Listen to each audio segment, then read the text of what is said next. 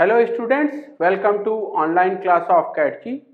बच्चों, आज हम लोग नया चैप्टर शुरू करने जा रहे हैं एल्किल हैलाइड। हम लोग एल्किल हैलाइड में आज पढ़ेंगे उसका क्लासिफिकेशन, नॉमेनक्लेचर और फिजिकल प्रॉपर्टीज। ठीक है, तो शुरू किया जाए। सबसे पहले हम लोग पढ़ेंगे classification of alkyl halide. Alkyl halide को हम लोग क्लासिफाई कर सकते हैं on the basis of number of halogens.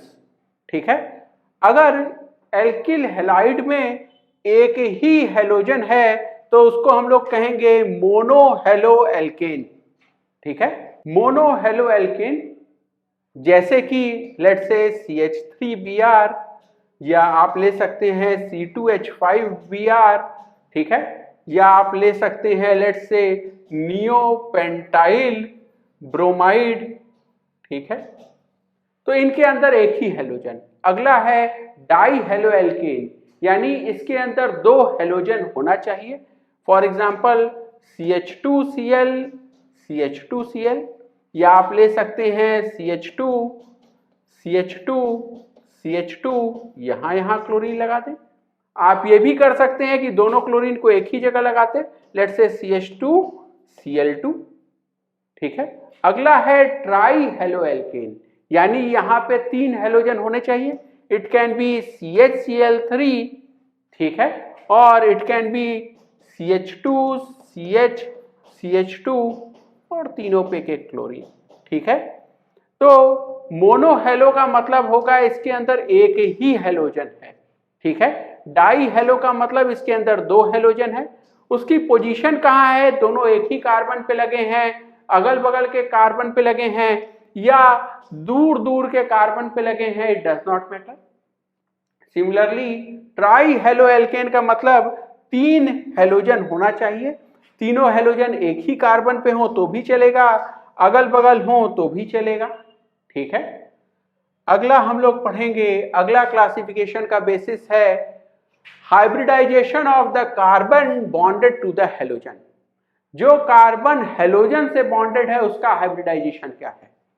अगर उसका हाइब्रिडाइजेशन है sp3 तो हम लोग उसको फर्दर सब डिवाइड कर सकते हैं इन एल्किल हैलाइड, एलाइलिक हैलाइड और बेंजाइलिक हैलाइड। एल्किल हैलाइड क्या होता है, Rx, जो अभी हम लोग पढ़ के आए हैं। ये Rx हो सकता है आपका 1 डिग्री, 2 डिग्री या 3 डिग्री।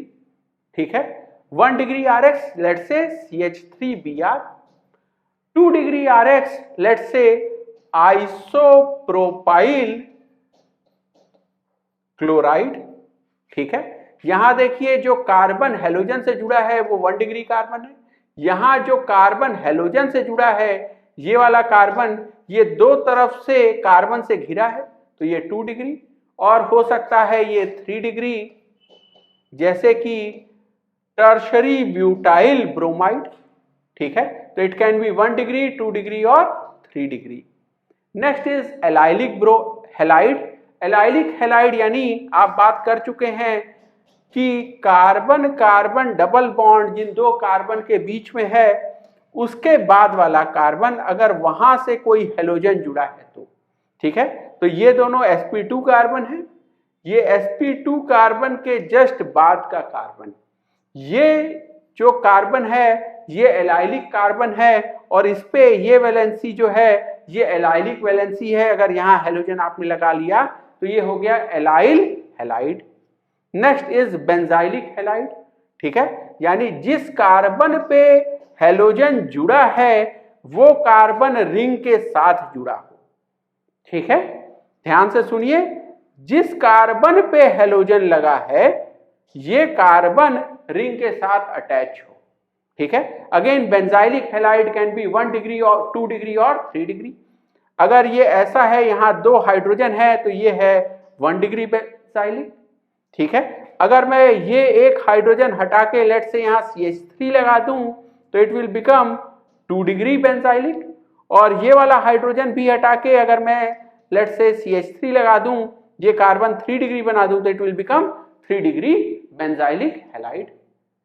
अगला हम लोग सोच सकते हैं कि हेलोजन जिस कार्बन के साथ जुड़ा है वो कार्बन sp2 कार्बन है, इसमें हम लोग पढ़ेंगे विनाइल हैलाइड, ठीक है, CH2CHCl, ठीक है। ये हैलोजन जिस कार्बन से जुड़ा है, ये कार्बन कैसा है, sp2 कार्बन है।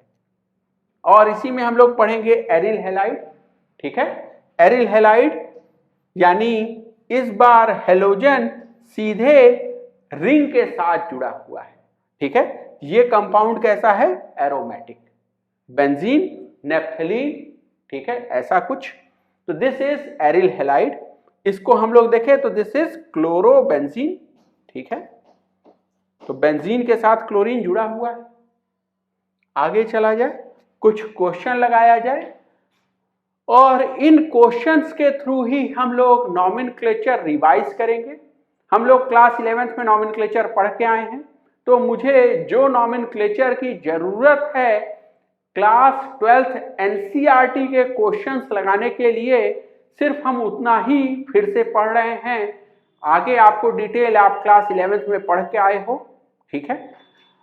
So let us start with right trivial and IUPAC name and also classify them as 1 degree, 2 degree, 3 degree allylic, ठीक है, बेंजाइलिक या एल्किल हैलाइड देखा जाए। तो सबसे पहले हम लोग क्लासिफिकेशन ही देख लिया जाए। ये एल्किल हैलाइड है, ठीक है, एल्किल हैलाइड है। कैसा एल्किल हैलाइड है, 1 डिग्री एल्किल हैलाइड है। ये वाला कैसा है, एल्किल हैलाइड है, अगेन 1 डिग्री एल्किल हैलाइड है। ये भी 1 डिग्री एल्किल हैलाइड है। This is 2 degree alkyl halide, ठीक है। यहां कुछ और question, again this is 1 degree alkyl halide, this is 2 degree alkyl halide and this is again 1 degree alkyl halide. ये लास्ट वाला है 3 डिग्री एल्किल हैलाइड। तो ये सारे के सारे एल्किल हैलाइड हैं और 1 डिग्री, 2 डिग्री या 3 डिग्री हैं। तो सबसे पहले हमने क्लासिफिकेशन वाला काम तो कर लिया। अब आगे बात किया जाए ट्रिवियल नेम का, ठीक है। तो ट्रिवियल नेम हम लोग कैसे लिखते हैं, ट्रिवियल नेम जो होगा वो होगा एल्किल हैलाइड, ठीक है। तो ट्रिवियल नेम क्या होता है, trivial name is alkyl halide. जैसे यहां पे trivial name will be methyl bromide, ठीक है। इसका ट्रिवियल नेम इथाइल ब्रोमाइड, ठीक है। इसका ट्रिवियल नेम, ठीक है, this is an propyl bromide, ठीक है, एन प्रोपाइल ब्रोमाइड। ये वाला क्या है, ये है आइसोप्रोपाइल ब्रोमाइड। इसका ट्रिवियल नेम देखा जाए तो this is an butyl bromide. ये वाला, ये देखिए, ये कार्बन 2 डिग्री कार्बन है, तो this is secondary butyl bromide. इसको देखा जाए, दिस इज आइसोब्यूटाइल ब्रोमाइड। देखिए आप जिस एंड पे हेलोजन लगा है उधर से देखें तो ये लास्ट कार्बन, ये सेकेंड लास्ट कार्बन और सेकेंड लास्ट कार्बन पे मिथाइल का ब्रांचिंग। तो सेकेंड लास्ट कार्बन पे जब मिथाइल का ब्रांचिंग होगा तो ये होगा iso. So this is isobutyl bromide, ठीक है। और इसको देखा जाए, this is tertiary butyl bromide, ठीक है। ध्यान से देखिएगा, सेकेंडरी और आइसो में कंफ्यूज नहीं होइएगा। तो ये हो गया इसका ट्रिवियल नेम। अब बात किया जाए IUPAC नेम का। IUPAC नेम क्या होता है, IUPAC name is halo alkane, ठीक है। और हेलोजन का प्रीफिक्स का जो भी आपका लोकेंट है वो आप बता दीजिएगा। तो दिस इज ब्रोमो मिथेन, ठीक है। एक ही कार्बन है तो क्या बताएं कि वो फर्स्ट कार्बन पे लगा है, सेकंड कार्बन है ही कहां, तो 1 ब्रोमोमिथेन नहीं कहा जाए, ठीक है। ये जो 1 है ये रिडंडेंट है, इसको हटा दीजिए, ब्रोमोमिथेन कहिएगा। इसको देखा जाए तो this is bromo ethane. Again 2 bromo ethane कोई नहीं बना सकता, क्यों, क्योंकि जहां ब्रोमीन लगा है वही कार्बन, उधर से ही कार्बन का नंबरिंग होगा पेरेंट चेन का, ठीक है। तो 1 लिखना यहाँ 1 ब्रोमो इथेन, ये 1 रिडंडेंट है, इसको यहां नहीं लिखना चाहिए, name will be bromo ethane. इसमें देखा जाए, यहां अब लोकेंट बताना ब्रोमीन प्रीफिक्स का जरूरी है। सो यहां पे नेम होगा 1 ब्रोमो प्रोपेन। इसको 1 ब्रोमो प्रोपेन क्यों कह रहे हैं? क्योंकि जैसे ही आप आइसोप्रोपाइल ब्रोमाइड देखेंगे आपको समझ में आ जाएगा ये बात कि 1 ब्रोमो क्यों कहा था मैंने, क्योंकि इसका नाम होगा 2 ब्रोमो प्रोपेन। ठीक है, तो ये 1 ब्रोमो प्रोपेन क्यों कह रहे हैं? क्योंकि 2 ब्रोमो प्रोपेन भी बन सकता है। 1 ब्रोमो इथेन क्यों नहीं कह रहे हैं? क्योंकि 2 ब्रोमो इथेन तो बन ही नहीं सकता। ठीक है, आगे चला जाए, इसको देखा जाए तो यहां इसमें नंबरिंग करें, दिस विल बी 1 2 3 एंड 4। ठीक है, so this is 1 bromo butane. इसको देखा जाए 1 2 3 4, so this is 2 bromo butane. ठीक है, इसको देखा जाए तो यहां देखिए आप लॉन्गेस्ट कार्बन चेन पहले देखिएगा, तो ये 1 ये 2 ये 3। ठीक है, और आप प्रीफिक्स को कम से कम नंबर देने की बात करें तो इस मिथाइल का तो नंबर 2 फिक्स है, ब्रोमीन को 1 दे सकते हैं। ठीक है, तो ब्रोमीन वाले एंड से नंबरिंग किया जाए and the name will be 1 bromo, name will be 1 bromo. ठीक है, 2 मिथाइल प्रोपेन। ठीक है, ये लास्ट वाला देखा जाए, इसमें लॉन्गेस्ट कार्बन चेन होना जरूरी है। ब्रोमीन और मिथाइल तो प्रीफिक्स हैं, तो रूल याद रखिएगा हमेशा कि सबसे पहले सफिक्स 2, फिर सफिक्स 1, फिर आपका रूट वर्ड और फिर प्रीफिक्स। ब्रोमीन प्रीफिक्स है तो प्रीफिक्स की चिंता करने से पहले रूट वर्ड की चिंता करिएगा। ठीक है, लॉन्गेस्ट कार्बन चेन लीजिएगा। So this is carbon 1, this is carbon 2 and this is carbon 3 and name will be, यहां जगह कम है थोड़ा सा मैं मिटा दूं। ठीक है, तो इसका नाम हो जाएगा 2 ब्रोमो 2 मिथाइल। ठीक है, प्रोपेन। ध्यान दीजिएगा कभी भी किसी हिंदू अरेबिक न्यूमरल और इंग्लिश अल्फाबेट के बीच आप डैश लगाएंगे और ये मिथाइल का L और P ये एक साथ लिखेंगे। ठीक है, मेरे पास जगह नहीं थी इसलिए मैंने 2 अलग अलग लाइन में लिखा है। So name will be 2 bromo 2 methyl propane. L और P के बीच में कोई भी स्पेस नहीं होगा। ठीक है, तो देखिए इसका नाम है इसके पहले वाले का, ठीक है, 1 ब्रोमो 2 मिथाइल प्रोपेन और इसका नाम है 2 ब्रोमो 2 मिथाइल प्रोपेन। ठीक है, लोकेंट लिखना प्रीफिक्स का जरूरी है। ठीक है, आगे चला जाए, नेक्स्ट क्वेश्चन देखा जाए। सबसे पहले जाना जाए कि इसको हम लोग ट्रिवियल नेम क्या देंगे और फिर हम लोग जाना जाए कि इसका IUPAC नेम क्या होगा। तो ट्रिवियल नेम की बात करें फिर हम लोग IUPAC की बात करेंगे। तो ट्रिवियल नेम, ठीक है, ये इतना हिस्सा जो है इसको आप कह सकते हैं मिथाइलिन या मिथाइलिडीन। ठीक है, तो इसका नाम है मिथाइलिन, ठीक है, या मिथाइलिडीन। ठीक है, और इसीलिए इसका आप IUPAC नेम क्या लिखेंगे? So this will B methylene chloride. ठीक है, आप डाई क्लोराइड भी लिख सकते हैं और मन हो तो ये डाई शब्द हटा भी सकते हैं, दोनों ही ठीक है। जैसे हम लोग कभी नहीं लिखते MgCl2 को कि मैग्नीशियम क्लोराइड, इसको हम लोग कभी नहीं लिखेंगे मैग्नीशियम डाई क्लोराइड। ठीक है, O2 हम लोग कहते हैं ऑक्सीजन, सही नाम क्या है? Die oxygen. तो डाई लिख भी सकते हैं हटा भी सकते हैं। ये मान लिया जाए कि आपको पता है कि मिथाइलिन जो है उसको 2 क्लोरीन चाहिए होगा, उसका 2 वैलेंसी खाली है, ये आपको मालूम होना चाहिए। ठीक है, मैग्नीशियम +2 ऑक्सीडेशन स्टेट में जाता है, 2 क्लोरीन लगता है, आपको मालूम होना चाहिए। ठीक है, मैग्नीशियम क्लोराइड, मिथाइलिन क्लोराइड। ठीक है, O2 डाई ऑक्सीजन कहें तो ज्यादा बढ़िया है, N2 डाई नाइट्रोजन कहें तो बढ़िया है, नहीं तो ऑक्सीजन नाइट्रोजन से भी काम चल ही जाता है। आया जाए IUPAC नेम पे तो एक ही कार्बन है, तो दिस विल बी डाइक्लोरोमीथेन। ठीक है, इसको देखा जाए। आप ऐसा सोच सकते हैं कि ये पहले था CH2 double bond CH2, this was ethylene, trivial name, ठीक है, या कॉमन नेम इथाइलिन। और ये इथाइलिन का आपने बॉन्ड तोड़ा, दोनों के पास वैलेंसी खाली हुआ और यहां क्लोरीन लग गया, इसीलिए इसका ट्रिवियल नेम रखा जाएगा इथाइलिन क्लोराइड। ठीक है, ध्यान दीजिएगा ट्रिवियल नेम में यहां गैप है, ठीक बात है। और इसका IUPAC नेम, तो IUPAC नेम की बात की जाए तो ये कार्बन 1, ये carbon 2, name will be 1,2 dichloro ethane.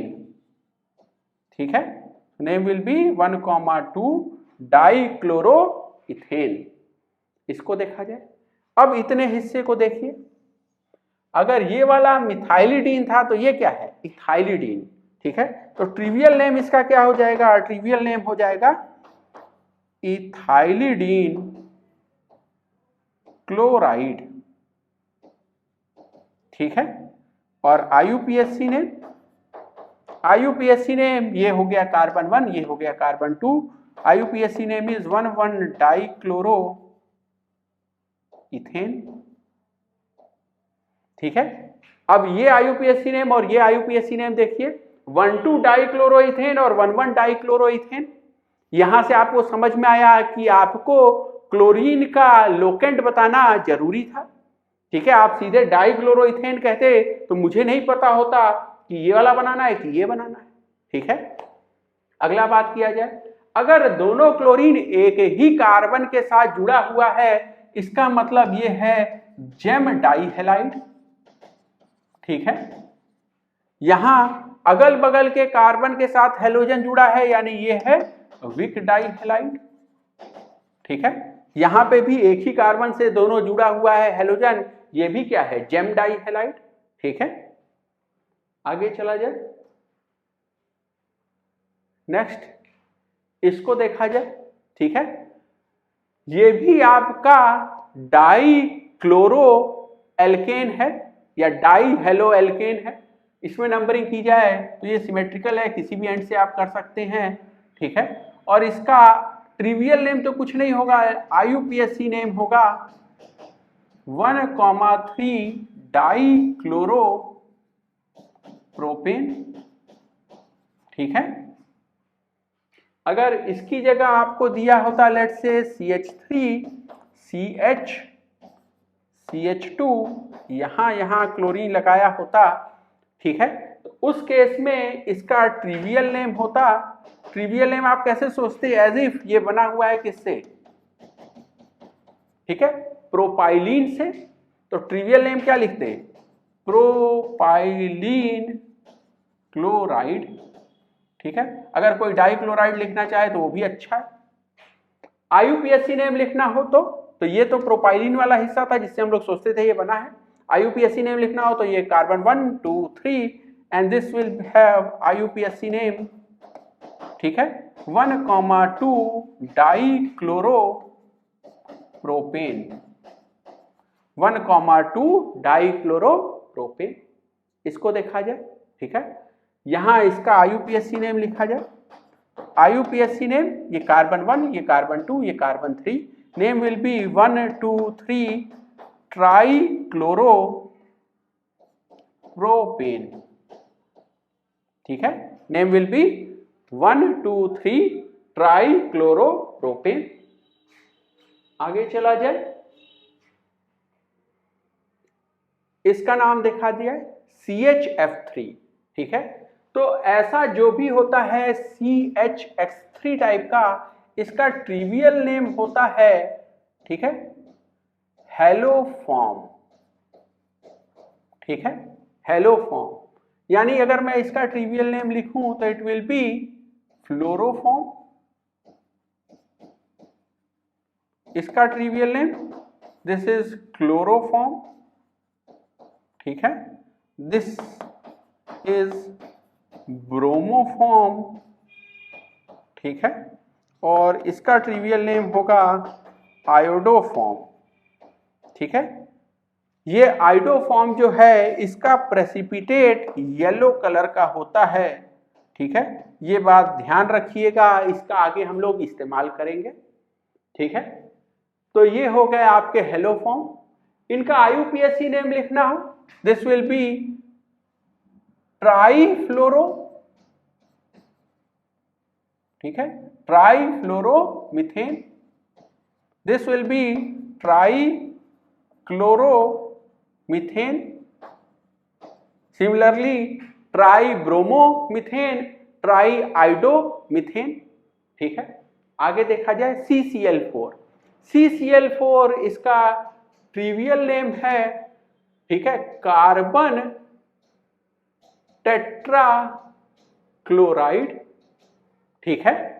इसको हम लोग पायरीन भी कहते हैं और ये फायर एक्सटिंग्विशर की तरह पहले इस्तेमाल किया जाता था, ठीक है। तो इसका इस्तेमाल पहले फायर एक्सटिंग्विशर की तरह किया जाता था, इसीलिए शब्द इसमें दिखता है पायरो, ठीक है। Pyro comes from fire, fire बुझाने का काम आता था, इसीलिए इसका नाम रखा गया पायरीन। आईयूपीएसी नेम की अगर बात करें तो आईयूपीएसी नेम क्या हो जाएगा इसका, टेट्राक्लोरो मीथेन, ठीक है। इसको देखा जाए CCl2F2, ये एक फ्रेयॉन है। फ्रेयॉन जो है ये ओजोन लेयर को बहुत डैमेज करते हैं, ठीक है। तो एनवायरनमेंट की दृष्टि से ये फ्रेयॉन्स का यूज अब धीरे धीरे जो है उसको बैन किया जा रहा है। इसका अगर हम लोग बात करें तो इसका ट्रिवियल नेम है फ्रेयॉन 1,2, ठीक है। आईयूपीएसी नेम आप लिखें तो इट विल बी डाईफ्लोरोमीथेन, ठीक है। ये चीज समझ में आया, आगे चला जाए।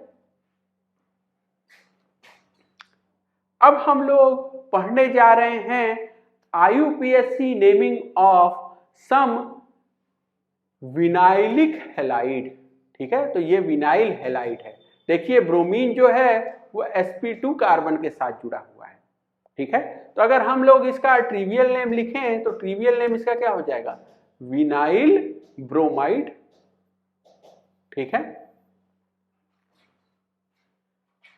अब आईयूपीएसी नेम अगर मैं लिखूं तो ये है कार्बन 1, ये है कार्बन 2, ठीक है। Name will be bromo ethene. 1 bromo ethene क्यों नहीं लिखा, क्योंकि 1 जो अगर हम लिख भी देते तो ये रिडंडेंट होता, ठीक है। ब्रोमीन के पास ऑप्शन ही क्या है, ठीक है। वो कार्बन 2 के साथ तो जुड़ नहीं सकता, कार्बन 2 के साथ जुड़ गया अगर तो आप नंबरिंग उस एंड से कर देंगे, ठीक है। So name will be bromo ethene. अगला देखा जाए इसको, ये हो गया आपका कार्बन 1, कार्बन 2, कार्बन 3। ध्यान दीजिएगा यहाँ पे कि आपका priority suffix 2, suffix 1, root word और फिर प्रीफिक्स है। सबसे पहले आपको सफिक्स 1 की चिंता करनी है। सफिक्स 1 यानी कार्बन कार्बन के बीच में डबल बॉन्ड या ट्रिपल बॉन्ड, ठीक है, उसको कम से कम लोकेंट देना है। कार्बन कार्बन डबल बॉन्ड का रूट वर्ड में शामिल होना जरूरी है, ठीक है, पेरेंट कार्बन चेन जो आप ले रहे हैं। उसके बाद आप चिंता करिएगा कि लॉन्गेस्ट कार्बन चेन मिले और फिर चिंता करिएगा कि प्रीफिक्स जो है उससे जुड़ा हुआ कार्बन रूट वर्ड का हिस्सा हो और प्रीफिक्स को कम लोकेंट मिले। अगर ये नहीं भी बन रहा है बात तो चल जाएगा। सबसे पहले चिंता सफिक्स 1 की। आपको नंबरिंग ऐसे करनी है कि आप कार्बन कार्बन डबल बॉन्ड को कम से कम नंबर दें। हाँ, उसके साथ साथ अगर ब्रोमीन को कम नंबर मिलता है तो बढ़िया बात है। इसका नाम IUPAC name will be 1 bromo prop 1 ईन, ठीक है। अब यहां प्रोप 1 ईन का 1 आप हटा सकते हैं, ठीक है, और लिख सकते हैं 1 ब्रोमो प्रोपीन, ठीक है। अगला इसको देखा जाए, ठीक है। ये क्वेश्चन यहां आपको सबसे पहले क्या करना है कि वो 2 कार्बन जिनके बीच में डबल बॉन्ड है इनका रूट वर्ड का हिस्सा होना जरूरी है, और फिर नंबरिंग ऐसे करेंगे कि डबल बॉन्ड को कम से कम लोकेंट मिले। अगर आप यहां से नंबरिंग करते लेट्स से 1 2 3 4 5 तो डबल बॉन्ड को क्या नंबर मिलता, 3, ठीक है। और अगर आप इस एंड से करें तो ये 1 2 3 4 5, तो यहां डबल बॉन्ड को क्या लोकेंट मिलेगा 2, ठीक है। और आपको पता है कि डबल बॉन्ड को कम से कम लोकेंट देना है, यानी आपने जो पहले नंबरिंग की थी उसको काट दीजिए, वो गलत थी। नंबरिंग इस एंड से करेंगे आप पेरेंट कार्बन चेन की। और इसका अगर हम IUPAC नेम लिखें तो अब देखिए ब्रोमीन कहाँ अटैच है, 4 पोजीशन पे, ठीक है, 4th कार्बन के साथ। So name will be 4 bromo, ठीक है। रूट वर्ड में कितने कार्बन है 5, पेंट, ठीक है। और डबल बॉन्ड कहाँ है 2 और 3 के बीच में, so name will be 4 bromo paint 2 इन। इसको देखा जाए। सबसे पहले क्या बात की जाए कि जिन 2 कार्बन के बीच में डबल बॉन्ड है वो दोनों रूट वर्ड का हिस्सा होने चाहिए, यानी ये दोनों कार्बन तो रूट वर्ड का हिस्सा जरूर होंगे, ठीक है। और डबल बॉन्ड को कम से कम लोकेंट देना है, ठीक है। लॉन्गेस्ट कार्बन चेन सेलेक्ट करनी है, तो इस तरफ जाएंगे तो आपको एक ही कार्बन दिखेगा, यहाँ पे 2 कार्बन दिख रहा है, यानी इस साइड आइएगा 1 2 3 4, ठीक है। नंबरिंग ऐसे करेंगे कि डबल बॉन्ड को कम नंबर मिले, ब्रोमीन को भले ही ज्यादा मिल जाए उसकी चिंता नहीं करनी है, ठीक है। और आपको एक चिंता ये भी करनी थी कि लॉन्गेस्ट कार्बन चेन ले, यहाँ 1 कार्बन है, इस तरफ 2 कार्बन है, इसलिए मैं इस साइड आया, ठीक है। और अब ये क्या हो गया, ये एक प्रीफिक्स है, ये भी एक प्रीफिक्स है। Name will be 3 bromo 2 methyl, ठीक है। और 4 कार्बन है, ब्यूट 1 इन, ठीक है। ध्यान दीजिएगा ये वाला प्रीफिक्स बी से शुरू होता है, ये एम से शुरू होता है, इसीलिए बी वाले को पहले लिख दिया, अल्फाबेटिकल प्रेफरेंस। इसको देखा जाए, ठीक है। अगेन हम लोग बात किया जाए कि ये 2 कार्बन जो हैं ये रूट वर्ड का हिस्सा जरूर होंगे। अगला पॉइंट, आपको लॉन्गेस्ट कार्बन चेन सेलेक्ट करनी है, तो यहां पे देखिए 1 कार्बन इधर है तो इसको भी ले लिया जाए, इधर तो हाइड्रोजन है उसको तो ले ही ले सकते ना। यहां पे दोनों कार्बन, दोनों तरफ 1-1 कार्बन है, तो अब अगर हम ब्रोमीन को या ब्रोमीन जिस कार्बन से जुड़ा है उसको रूट वर्ड का हिस्सा बना ले तो अच्छी बात है, ठीक है। डबल बॉन्ड को फर्क नहीं पड़ता आप इस तरफ से नंबरिंग करें या इस तरफ से।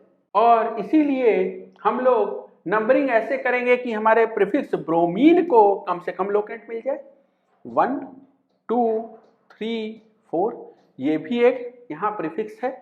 अगेन नाम लिखें तो this will be 1 bromo 2 methyl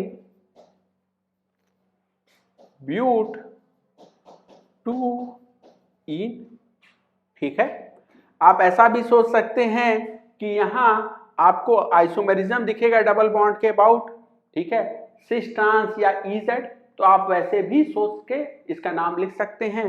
ये देखिए ये वाला जो है ये हायर प्रायोरिटी है, ये जो है इस कार्बन पे लोअर प्रायोरिटी है, इधर ये हायर प्रायोरिटी है, और हाइड्रोजन जो है वो तो लोअर प्रायोरिटी है, दोनों हायर एक साइड है, ठीक है, टुगेदर, यानी ये क्या है Z है, ठीक बात है, तो Z है ये।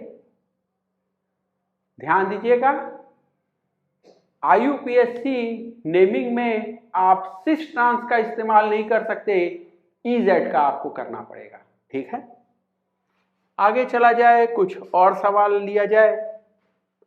नेक्स्ट क्वेश्चन, इसका मुझे IUPAC नेम लिखना है, ठीक है। सबसे पहली बात, ये कार्बन और ये कार्बन ये तो जरूर रूट वर्ड का हिस्सा होंगे, और इस कार्बन पे आए तो इधर CH2Br, इधर CH3, बढ़िया है, आप इसको इंक्लूड कर लें, ठीक है। नंबरिंग ऐसे करिएगा कि डबल बॉन्ड को कम से कम नंबर मिले, तो नंबरिंग विल बी 1 2 3, उल्टा कोई कर दे 1 2 3 तो ये गलत हो जाएगा।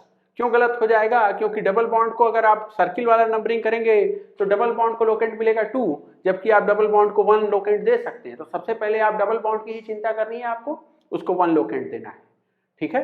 तो अब आपके पास 2 प्रीफिक्स हैं, फिर से मिथाइल और ब्रोमीन।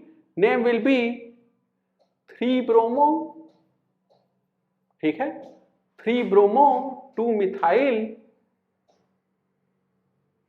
3 कार्बन है, प्रोप 1 इन, ठीक है। और आपको लगता हो कि ये 1 रिडंडेंट है, हटा देना चाहिए, तो वो भी बात ठीक है। अगला इसको देखा जाए, ये दोनों कार्बन तो जरूर रूट वर्ड का हिस्सा होंगे, ठीक है। और आप देखिए सबसे पहले आप सफिक्स 2 की चिंता करते हैं जो कि यहाँ है ही नहीं, फिर सफिक्स 1 की यानी डबल बॉन्ड की, ठीक है। डबल बॉन्ड वाले दोनों कार्बन रूट वर्ड का हिस्सा होने चाहिए और डबल बॉन्ड को कम से कम लोकेंट मिलना चाहिए। इसके बाद आप चिंता किसकी करिएगा, रूट वर्ड की, सबसे अंत में प्रीफिक्स की।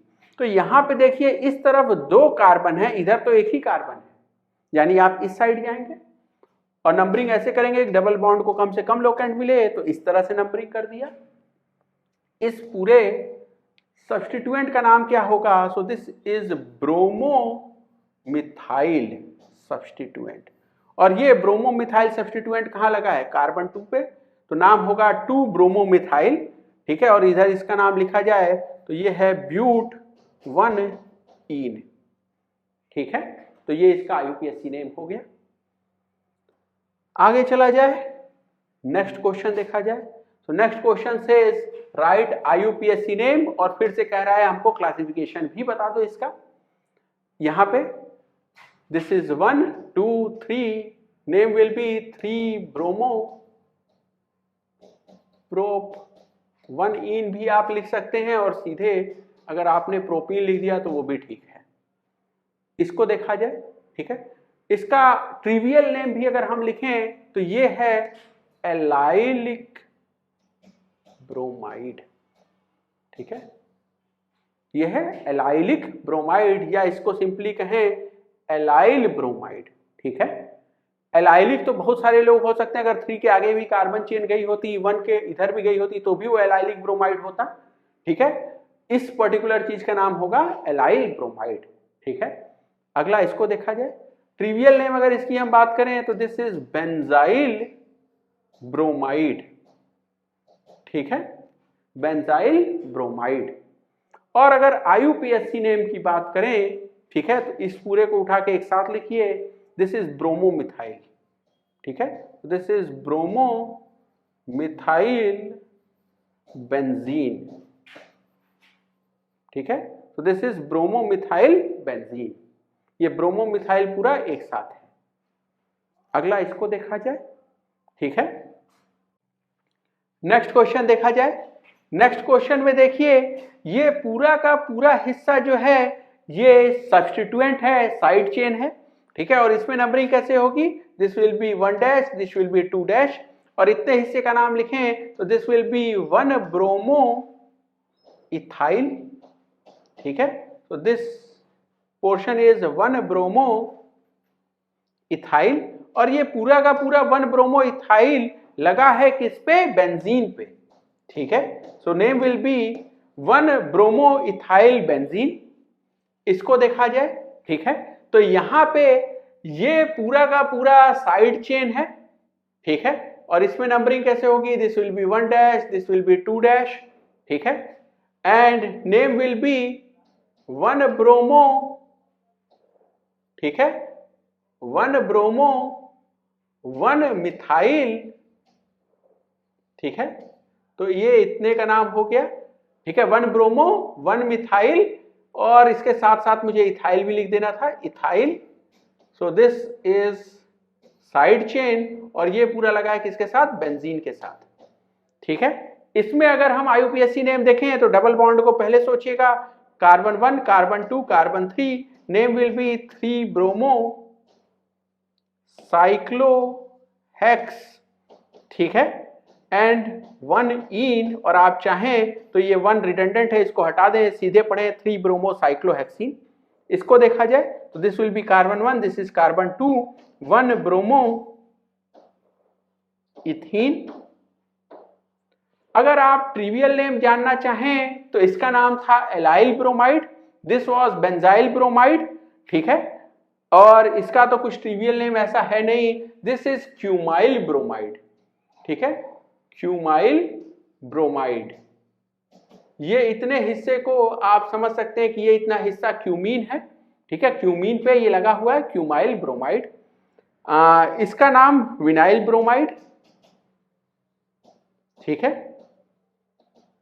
क्लासिफिकेशन भी हमसे पूछा था, ठीक है।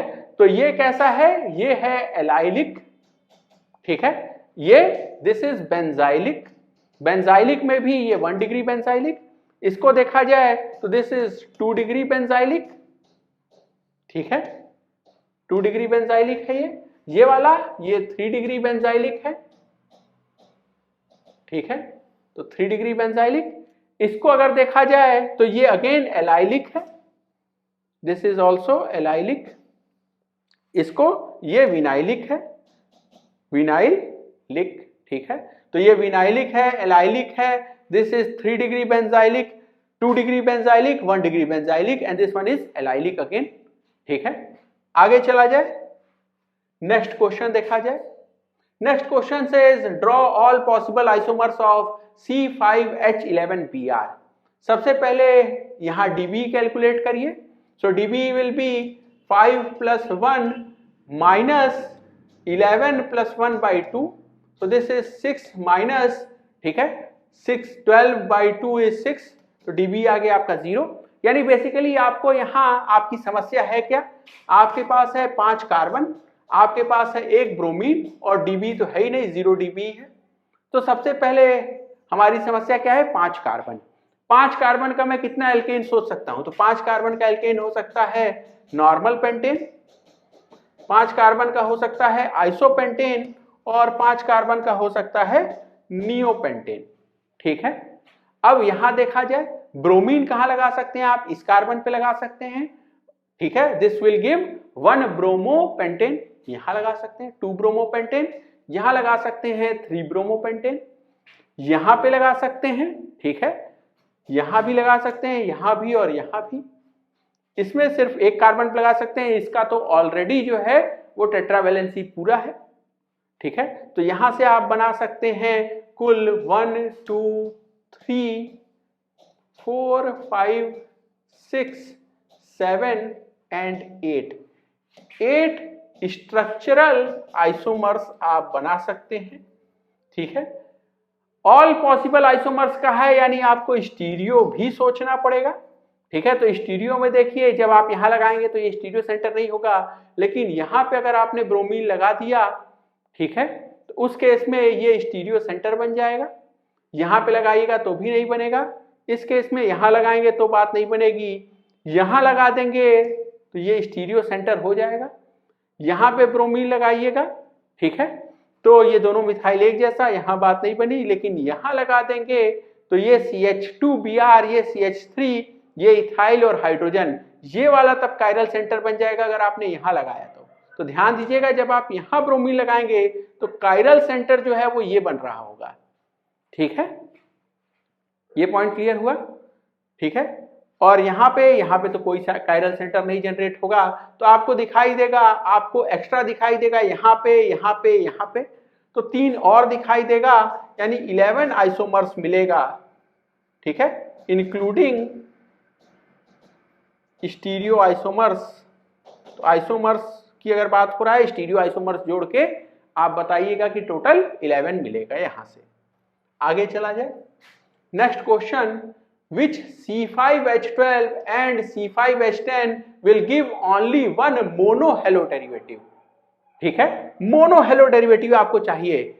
और अगर आप C5H12 को सोचें, ठीक है, तो कौन सा आपके पास पेंटेन है जो सिर्फ एक मोनोहेलो डेरिवेटिव देगा, तो आपने अभी ये सॉल्व किया है। नॉर्मल पेंटेन लीजिएगा तो 3 मिलेगा, आइसोपेंटेन लेंगे तो 4 मिलेगा, नियोपेंटेन लेंगे तो एक ही स्ट्रक्चरल आइसोमर मिलेगा, ठीक है। तो स्ट्रक्चरल आइसोमर्स की बात की जाए या आइसोमर की बात की जाए तो C5H12 होगा कौन सा, नियोपेंटेन, ठीक है। नियोपेंटेन से आपको सिर्फ एक मोनोहेलो डेरिवेटिव मिलेगा, कौन सा, नियोपेंटाइल हैलाइड, ठीक है। और अगर आप बात कर रहे हैं C5H10 का, ठीक है, तो C5H10 में आप सोच सकते हैं ये है एल्केन भी है ये, ठीक है, और DB भी 1 था, तो DB जो 1 था और आपको उसके बावजूद एल्केन कह रहा है, यानी आपको क्या कह रहा है कि आप इसको साइक्लो एल्केन सोचें, और ऐसा साइक्लो एल्केन कौन होगा, दिस विल बी साइक्लोपेंटेन, ठीक है। यहां पांचों कार्बन एक ही जैसे हैं, किसी भी एक पे लगा दीजिए, ठीक है, और लगाएंगे तो क्योंकि ये दोनों तरफ से रिंग एक ही जैसा है तो ये स्टीरियो सेंटर भी नहीं बनने वाला, ठीक है। आगे चला जाए, नेक्स्ट हम लोग बात किया जाए नेचर ऑफ CX बॉन्ड की। ठीक है, नेचर ऑफ CX बॉन्ड। तो बॉन्ड हो सकता है carbon fluorine, carbon chlorine, carbon bromine या कार्बन आयोडीन, डिपेंडिंग अपॉन आपने कौन सा हेलोजन लिया है।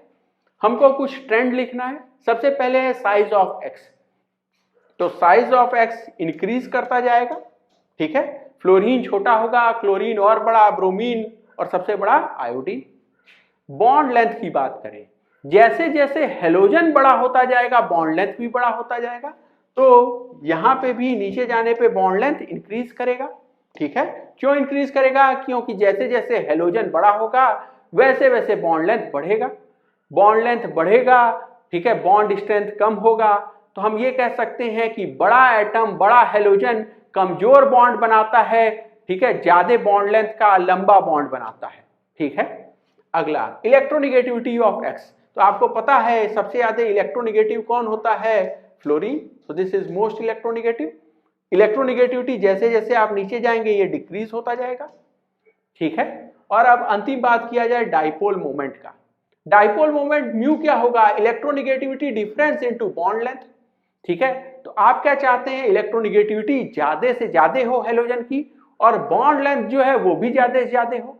तो अगर आप कार्बन फ्लोरीन के बॉन्ड को देखें तो यहां इलेक्ट्रोनिगेटिविटी डिफरेंस जो है ये तो मैक्सिमम है, लेकिन जो बॉन्ड लेंथ है ये सबसे कम है, ठीक है। और आपको इन दोनों का मल्टीप्लिकेशन करना है। जबकि आप कार्बन आयोडीन में आए तो इलेक्ट्रोनिगेटिविटी डिफरेंस जो है वो सबसे कम है, ठीक है, क्योंकि आयोडीन सबसे कम इलेक्ट्रोनिगेटिव है। और बॉन्ड लेंथ की बात करें तो आयोडीन सबसे बड़ा एटम है, सबसे लंबा बॉन्ड बनाएगा, सबसे कमजोर बॉन्ड बनाएगा, तो बॉन्ड लेंथ मैक्सिमम है, ठीक है। और यही वजह है क्योंकि आपको दो फैक्टर जो एक दूसरे के अपोजिट हैं, इलेक्ट्रोनिगेटिविटी डिफरेंस जो है वो कम होती जा रही है, बॉन्ड लेंथ जो है वो इंक्रीज होती जा रही है, इन दोनों का मल्टीप्लिकेशन जो है वो आपका डाइपोल मोमेंट है। यही वजह है कि डाइपोल मोमेंट का ट्रेंड इर्रेगुलर है। आप फ्लोरीन से क्लोरीन आएंगे तो ये बढ़ेगा और इसके बाद ये डिक्रीज करना शुरू कर जाएगा, ठीक है। तो फ्लोरीन से क्लोरीन क्यों बढ़ रहा है? रीजन है कि बॉन्ड लेंथ बढ़ रहा है, बॉन्ड लेंथ डोमिनेटिंग फैक्टर था, तो यहां से यहां bond length was dominating factor. और इसके बाद क्लोरीन से ब्रोमीन और आयोडीन जाने में आपको दिखाई देगा इलेक्ट्रोनिगेटिविटी डिफरेंस जो है ये डोमिनेटिंग फैक्टर है, और यही वजह है कि आपको डिक्रीज दिख रहा है, ठीक है। तो ये बात आप याद रखेंगे हमेशा कि डाइपोल मोमेंट मैक्सिमम है कार्बन क्लोरीन के बॉन्ड का, ठीक है। ये फैक्चुअल इंफॉर्मेशन आप याद रखेंगे, ये क्वेश्चंस में आपके काम आ सकती है। कार्बन क्लोरीन का डाइपोल मोमेंट सबसे ज्यादा होगा, ठीक है। अगला हम लोग बात किया जाए फिजिकल प्रॉपर्टीज का, ठीक है। फिजिकल प्रॉपर्टीज में सबसे पहले जाना जाए, alkyl iodide and bromides are colourless when pure and usually darken on standing due to decomposition by light. होता क्या है, अगर आप आर लेट्स से Br लें या Ri लें और सनलाइट मिले, ठीक है, तो HNu के प्रेजेंस में क्या होगा? ये बॉन्ड टूट जाएगा, ठीक है, क्योंकि आप देखेंगे जैसे जैसे हेलोजन बड़ा होता गया बॉन्ड लेंथ बढ़ता गया, बॉन्ड कमजोर होता गया, और सनलाइट के प्रेजेंस में ये बॉन्ड टूट जाता है। और यही वजह है कि जब आप लाइट के प्रेजेंस में उसको रख देंगे तो वो डार्कन कर जाएगा, ठीक है, एल्किल आयोडाइड जो है वो डिकम्पोज कर जाएगा। अगला बात पढ़ा जाए, लोअर मेंबर्स जो हैं, ठीक है, वो गैसेस होती हैं। ऐसा क्यों? क्योंकि अगर ये लोअर मेंबर है यानी इसका मॉलिक्यूलर वेट कम होगा, ठीक है, मॉलिक्यूलर वेट कम होगा तो आपको पता है वंडरवॉल फोर्स जो है वो डिपेंड करता है मॉलिक्यूलर वेट पे या नंबर ऑफ इलेक्ट्रॉन्स पे, वो भी कम है। वंडरवॉल फोर्स कम है, दो मॉलिक्यूल्स के बीच में अट्रैक्शन कम है, इसी वजह से वो गैस रहेगा, ठीक है, एट रूम टेम्परेचर। तो this is gas at room temperature, ठीक है। जैसे जैसे आप देखेंगे कि मॉलिक्यूलर वेट बढ़ा, नंबर ऑफ इलेक्ट्रॉन्स बढ़ा, वंडरवॉल फोर्स ऑफ इंटरेक्शन भी बढ़ेगा। और इसी की बात की जाए अब हम लोग, अगला, haloalkanes has higher boiling point than corresponding alkane. ऐसा क्यों हो रहा है? सोचिए आप हाइड्रोजन को हटा के उसकी जगह हेलोजन को लगा रहे हैं, ठीक है, हाइड्रोजन का एटॉमिक वेट जो है वो 1 है, हेलोजन जो है, ठीक है, फ्लोरीन क्लोरीन ब्रोमीन आयोडीन, इसका 1 से तो बहुत ज्यादा है। तो क्या हेलो एल्केन का मॉलिक्यूलर वेट ज्यादा है? मॉलिक्यूलर वेट हेलो एल्केन का ज्यादा है तो क्या उसमें वंडरवॉल फोर्स भी ज्यादा होगा? और वंडरवॉल फोर्स ऑफ इंटरेक्शन अगर ज्यादा है, ठीक है, साथ ही साथ आपको इलेक्ट्रोनिगेटिविटी की वजह से डाइपोल मोमेंट भी दिख रहा होगा, डाइपोल मोमेंट भी ज्यादा है, तो कुल मिला के बॉइलिंग पॉइंट ज्यादा होगा, एल्केन से तो ज्यादा ही होगा। दो फैक्टर हमने बात की, पहला फैक्टर क्या है? मॉलिक्यूलर वेट, और दूसरा फैक्टर क्या है? Dipole moment. ठीक है, तो मॉलिक्यूलर वेट भी हेलो एल्केन का ज्यादा है, डाइपोल मोमेंट भी हेलो एल्केन का ज्यादा होगा। ठीक है, क्योंकि कार्बन और हेलोजन के बॉन्ड में कुछ तो इलेक्ट्रोनिगेटिविटी का डिफरेंस आपको देखने को मिलेगा। कार्बन हाइड्रोजन के बॉन्ड में, खासकर sp3 कार्बन और हाइड्रोजन के बॉन्ड में, तो हम मानते हैं कि कोई भी इलेक्ट्रोनिगेटिविटी का डिफरेंस नहीं है। ठीक है, अगला बात किया जाए, अगर हम मॉलिक्यूलर वेट की बात करें, ठीक है, तो सबसे ज्यादा molecular weight Ri, then RBr, then RCl and then RF। जैसे जैसे आप देखेंगे हेलोजन बड़ा होता जा रहा है, मॉलिक्यूलर वेट बढ़ता जाएगा। अगर मॉलिक्यूलर वेट बढ़ता जा रहा है यानी वंडरवॉल फोर्स भी आपको उसी ट्रेंड में दिखाई देगा। ठीक है, जिसका मॉलिक्यूलर वेट ज्यादा है उसका वंडरवॉल फोर्स ऑफ इंटरेक्शन भी ज्यादा। वंडरवॉल फोर्स ऑफ इंटरेक्शन ज्यादा यानी कि बॉइलिंग पॉइंट भी उसी का ज्यादा होगा। और last density, density is mass by volume. ठीक है, तो जैसे जैसे आप फ्लोरीन से आयोडीन की तरफ जाएंगे, क्या मॉलिक्यूलर वेट बढ़ता जाएगा, मास बढ़ता जाएगा? ठीक है, फ्लोरीन से आयोडीन की तरफ जाने पे, फ्लोरीन से आयोडीन की तरफ जाने पे क्या मॉलिक्यूलर वेट बढ़ता गया? मॉलिक्यूलर वेट बढ़ता गया तो क्या वंडरवॉल फोर्स ऑफ इंटरेक्शन भी बढ़ा? वंडरवॉल फोर्स ऑफ इंटरेक्शन बढ़ा, इसका मतलब दो मॉलिक्यूल पास पास आएंगे। ठीक है, यानी कि वॉल्यूम क्या हो रहा है? कम। मास बढ़े, वॉल्यूम कम हो जाए, इसका मतलब डेंसिटी बढ़ेगा। यही वजह है कि सबसे ज्यादा डेंसिटी किसका होगा? Ri का, क्योंकि इसका जो मास है वो भी सबसे ज्यादा है, वंडरवॉल फोर्स ज्यादा होने की वजह से वॉल्यूम भी सबसे कम है। ठीक है, तो molecular weight, van der Waals force, boiling point, density, सभी का यही ऑर्डर होगा। ठीक है, आगे चला जाए, एक क्वेश्चन कर लिया जाए छोटा सा, कंपेयर डेंसिटी ऑफ। तो हमको इन तीनों का डेंसिटी कंपेयर करना है। ठीक है, सब में आपको दिखाई दे रहा है, मैंने नॉर्मल प्रोफाइल लिया है। आयोडीन लेंगे तो सबसे ज्यादा मॉलिक्यूलर वेट, तो इसका मॉलिक्यूलर वेट अगर हम लिख लें मॉलिक्यूलर वेट, तो इसका ऑर्डर क्या होगा? इसका सबसे कम, क्लोरीन का, फिर ब्रोमीन का, फिर आयोडीन का। मॉलिक्यूलर वेट इसी का मैक्सिमम है। ठीक है, अगर मैं वंडरवॉल फोर्स की बात करूं तो वंडरवॉल फोर्स का भी यही ऑर्डर दिखाई देगा, इसी का मैक्सिमम है। ठीक है, तो वंडरवॉल फोर्स अगर ज्यादा है, इसका मतलब वॉल्यूम का ट्रेंड क्या होगा? इसका अपोजिट, वॉल्यूम इसका क्या है? मिनिमम। ठीक है, तो molecular weight divided by volume is the density. इसका मॉलिक्यूलर वेट सबसे ज्यादा, वॉल्यूम सबसे कम, यानी डेंसिटी क्या होगा? सबसे ज्यादा। तो डेंसिटी का ऑर्डर क्या हो जाएगा? ऐसा कुछ। आगे चला जाए, सेकंड पार्ट देखा जाए। आप देखिए हाइड्रोजन को क्लोरीन से रिप्लेस करते जा रहे हैं, यहां एक क्लोरीन, दो क्लोरीन, यहां 3 क्लोरीन। ठीक है, तो जितना ज्यादा आप हेलोजन लगाएंगे उतना ज्यादा मॉलिक्यूलर वेट होगा। अगेन मॉलिक्यूलर वेट का ऑर्डर क्या हो जाएगा? इसका सबसे कम, इसका सबसे ज्यादा। मॉलिक्यूलर वेट अगर बढ़ गया तो क्या वंडरवॉल फोर्स ऑफ इंटरेक्शन बढ़ जाएगा? वंडरवॉल फोर्स ऑफ इंटरेक्शन बढ़ गया यानी वॉल्यूम क्या होगा? वॉल्यूम कम हो जाएगा। तो वॉल्यूम का ऑर्डर क्या होगा? ऐसा कुछ। तो ये मॉलिक्यूलर वेट मैक्सिमम है और वॉल्यूम मिनिमम है, तो डेंसिटी क्या होगा? डेंसिटी इसी का सबसे ज्यादा होगा। ठीक है, क्योंकि डेंसिटी इज मॉलिक्यूलर वेट या मास डिवाइडेड बाय वॉल्यूम। ठीक है, अगर आप 3 क्लोरीन को देखें या यहां आयोडीन को देखें तो इनका मॉलिक्यूलर वेट मैक्सिमम था और वॉल्यूम मिनिमम था। ठीक है, ये जितना ज्यादा और ये जितना कम उतना ही डेंसिटी ज्यादा। ठीक है, जितना ज्यादा न्यूमरेटर जितना कम डिनोमिनेटर उतना ही ज्यादा ये डेंसिटी ज्यादा होगा। ठीक है, ये क्वेश्चन समझ में आया? आगे चला जाए, नेक्स्ट फिजिकल प्रॉपर्टी पढ़ा जाए, बॉइलिंग पॉइंट। ठीक है, तो boiling point is proportional to molecular weight, या हम कहें वंडरवॉल फोर्स। ठीक है, and this is inversely proportional to branching. Inversely proportional to branching कहें या हम कहें कि सरफेस एरिया जितना ज्यादा होगा उतना ज्यादा बॉइलिंग पॉइंट होगा।